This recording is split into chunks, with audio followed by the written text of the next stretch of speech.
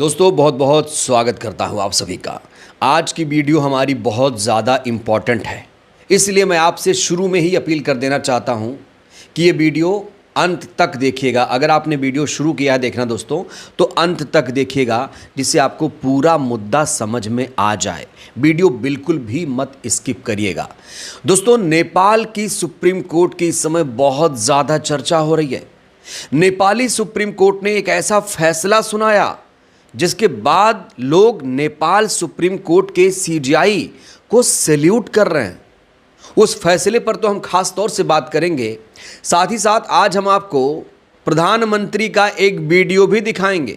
उस वीडियो को देखने के बाद प्रधानमंत्री के जो भक्तगण हैं, जो कट्टर भक्त हैं, वो नाराज़ हो गए हैं, बहुत ज़्यादा आहत हो गए हैं और कस्में वादे कर रहे हैं कि अब भैया हम मूर्ख नहीं बनेंगे, अब हिंदू मुस्लिम के नाम पर वोट नहीं करेंगे।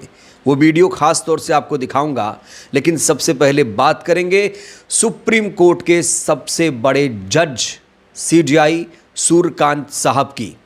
सूर्यकांत साहब को आखिरकार झुकना पड़ा। लोकतंत्र की, जनता की ये ताकत है कि वो बड़े बड़े लोगों को झुका देती है, और आखिरकार सीजीआई को भी झुकना पड़ा।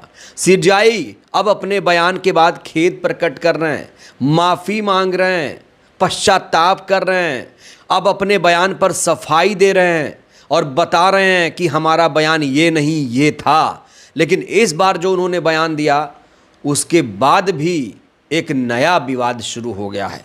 तो सबसे पहले दोस्तों आपको बता देना चाहते हैं कि आखिर पूरा मामला है क्या। देखिए, कल सीजीआई सूर्यकांत ने देश के कुछ बेरोजगार युवाओं की तुलना कॉकरोच पैरासाइट से की थी, और ये खबर जंगल में आग की तरह फैल गई। तमाम बुद्धिजीवी चिंतकों ने इनके इस बयान का विरोध किया।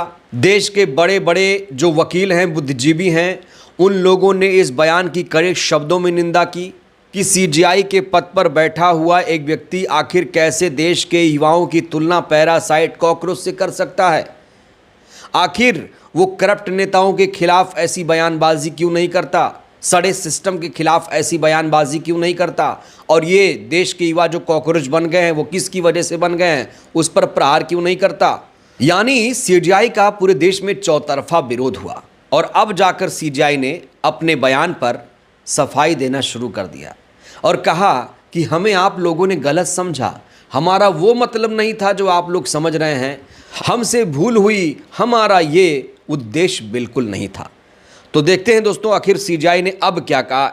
सीजीआई अपने बयान पर सफाई देते हुए कह रहे हैं, ये कहना पूरी तरह निराधार है कि मैंने देश के युवाओं की आलोचना की है। देश का हर युवा मुझे प्रेरित करता है।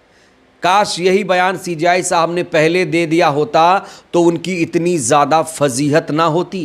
काश अगर वो ये बयान कल ही दे देते जब वो किसी फैसले पर टिप्पणी कर रहे थे। पूरा बयान क्या है, पूरी सफाई क्या है दोस्तों, मैं आपको विस्तार से बताने जा रहा हूँ। ये पूरी सफाई आप देख सकते हैं, क्योंकि हमारा काम है कि तथ्यों को सही तरीके से पेश करना, इसलिए पूरी सफाई आप यहाँ देख सकते हैं। मैं पढ़ के आपको सुना देना चाहता हूँ। दरअसल सीजीआई सूर्यकांत ने कॉकरोच वाली उनकी टिप्पणी को लेकर हो रही आलोचना पर स्टेटमेंट जारी कर दिया है। सीजीआई ने कहा है कि कॉकरोच और पैरासाइट्स वाली टिप्पणी देश के युवाओं के लिए नहीं थी, बल्कि उन लोगों के लिए थी जो फर्जी और नकली डिग्रियों के सहारे कानून और मीडिया जैसे पेशों में प्रवेश कर रहे हैं। मेरी मौखिक टिप्पणियों को मीडिया के एक वर्ग द्वारा जिस तरह गलत तरीके से उद्धृत किया गया, उसे पढ़कर मुझे पीड़ा हुई। मैं भारत के युवाओं के प्रति अत्यंत सम्मान रखता हूँ। लोग सीजीआई साहब की सफाई सुनकर, पढ़कर कह रहे हैं कि अब पछताए क्या होती जब चिड़िया चुग गई खेत। यहाँ पर एक बहुत बड़ी महत्वपूर्ण बात सीजीआई साहब कह रहे हैं कि ये जो टिप्पणी थी उन लोगों के लिए थी जो फर्जी और नकली डिग्री के सहारे कानून और मीडिया में प्रवेश कर रहे हैं। बड़ा सवाल ये है कि कौन लोग हैं जो नकली डिग्री के सहारे वकालत में, कानून में प्रवेश कर रहे हैं। जाहिर तौर पर सीजीआई साहब ने ये बयान दिया है तो उनके पास इसका डेटा भी होगा। क्या वो डेटा सार्वजनिक किया जाएगा कि हमारे देश में ऐसे कौन से करप्ट लोग हैं जो फर्जी डिग्री के सहारे नौकरी हासिल कर रहे हैं, मीडिया में जा रहे हैं, कानूनी पेशे में प्रवेश कर रहे हैं? उन लोगों की पहचान तो होनी ही चाहिए। चूंकि अब हम अमृतकाल दौर में प्रवेश कर चुके हैं, तो क्या यही अमृतकाल है जब लोग फर्जी डिग्री के सहारे नौकरी ले लेंगे? और वैसे भी दोस्तों, फर्जी डिग्री का मामला कई बार सामने आ चुका है और हमारे देश के कई नेताओं पर फर्जी डिग्री का केस भी चल रहा है। नाम आप लोग गूगल कर लीजिएगा। फर्जी डिग्री पर फिर कभी मैं वीडियो बनाऊंगा, लेकिन सीजेआई साहब ने जो सफाई दी है, इस सफाई से क्या आप लोग संतुष्ट हैं? और क्या अब सीजेआई साहब विपक्ष के साथ, जनता के साथ खड़े होकर तमाम उन अनसुलझे मुद्दों पर फैसला करेंगे? क्या सीजेआई साहब कोई पक्षपात अब नहीं करेंगे? ये बहुत बड़ा सवाल है। अब दोस्तों हम बात करेंगे नेपाल की सुप्रीम कोर्ट की। नेपाल की सुप्रीम कोर्ट ने इतिहास रच दिया, वहाँ के सीजेआई ने इतिहास रच दिया, क्योंकि बालेन शाह, प्रधानमंत्री जो बालेन शाह है, उन्होंने जो फैसला सुनाया था, जो आदेश जारी किया था नेपाल के लोगों के लिए कि आप लोग 100 रुपये का सामान भारतीय बाजारों में खरीदोगे तो ज़्यादा टैक्स लगेगा, उस आदेश पर नेपाल की सुप्रीम कोर्ट ने रोक लगा दी है। दोस्तों इसका मतलब क्या हुआ? इसका मतलब ये हुआ कि नेपाल में संविधान जिंदा है। चूंकि सुप्रीम कोर्ट संविधान का रखवाला होता है, संविधान के प्रति जिम्मेदार होता है, उसे ये लगा कि बालेन शाह का ये फैसला अनुचित है, जनता पर थोपा गया है, इसीलिए सुप्रीम कोर्ट ने बालेन शाह के उस आदेश को तत्काल प्रभाव से रद्द कर दिया, जिसमें कहा गया था कि अगर भारत से 100 रुपये का सामान खरीदा गया तो टैक्स लगेगा। अब नेपाल के लोगों को इससे बहुत बड़ी राहत मिली है। सीमा पार रोजमर्रा के सामानों पर लगाए गए नए नियमों से बड़ी परेशानियों के बीच नेपाल की शीर्ष अदालत ने लोगों को यहां अंतरिम राहत प्रदान की है। फैसले के बाद व्यापारिक गतिविधियों और आम नागरिकों की आवाजाही में राहत मिलने की उम्मीद बढ़ गई है। तो क्या हमारे देश की सुप्रीम कोर्ट क्या कभी प्रधानमंत्री के कड़े फैसलों की आलोचना करेगी? क्या प्रधानमंत्री अगर कोई गलत स्टेप उठाते हैं तो क्या उस आदेश पर रोक लगाएगी? ये भी बहुत बड़ा सवाल है, क्योंकि दोस्तों वो नज़ीर अभी अदालतों के द्वारा पेश नहीं हो पा रही है। हमारे देश में असंवैधानिक तरीके से बुलडोज़र चलाया जा रहा है। ऐसा लगता है कि जो कार्यपालिका है वही न्यायपालिका बन गई है। उस पर तो कम से कम एक्शन होना चाहिए। जब हमारे देश में कार्यपालिका न्यायपालिका का काम बटा हुआ है आधा आधा, तो फिर सरकारें कार्यपालिका कैसे बन सकती हैं, ये बड़ा सवाल है। और नेपाल की सुप्रीम कोर्ट के फैसले की तारीफ इसलिए हो रही है क्योंकि वहाँ के सीजेआई ने नेपाल के प्रधानमंत्री के आदेश को पलट दिया है, उनके फैसले पर रोक लगा दिया है और कहा जा रहा है इससे नेपाल के लोगों को अंतरिम राहत मिली है। तो नेपाल सुप्रीम कोर्ट का ये फैसला आपको कैसा लगा ये भी बताइएगा। अब मैं आपको वो वीडियो दिखाने जा रहा हूं जिसे देखने के बाद जो मोदी जी के कट्टर भक्त हैं वो तिलमिला उठे हैं। दोस्तों सबसे पहले आप ये वीडियो देखिए।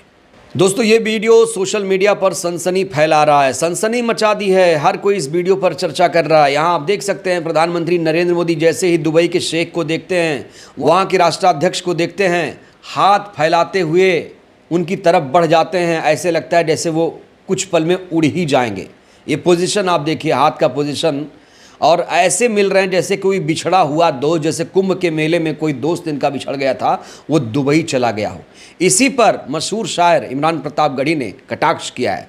उन्होंने लिखा है कि अपने देश के मुसलमानों के खिलाफ लगातार हो रही नफरती हिंसा पर आंखें मूंदने वाले प्रधानमंत्री जी यूएई के अमीरों को ऐसे गले लगा रहे हैं जैसे मेले में बिछड़े हुए भाई हों, गैरों पे करम अपनों पे सितम। हमारे देश में रैलियों में हिंदू मुस्लिम होगा, मंदिर मस्जिद किया जाएगा और जो विदेशी मुसलमान हैं उनको गले लगाया जाएगा। दोस्तों भक्तों का दर्द यहीं ख़त्म नहीं होता है। अब मैं प्रधानमंत्री नरेंद्र मोदी का वो बयान सुनाने जा रहा हूं आपको जिसे सुनने के बाद भक्त तिलमिला उठे हैं। प्रधानमंत्री नरेंद्र मोदी ने पिछले दिनों इजराइल को फादरलैंड बताया था, याद है आपको?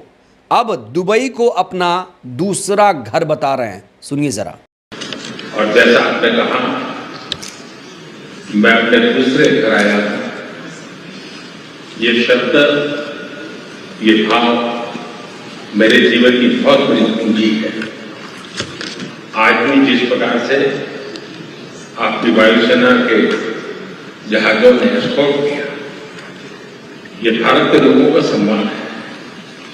आपने पिछले दिनों प्राकृतिक आपदा के कारण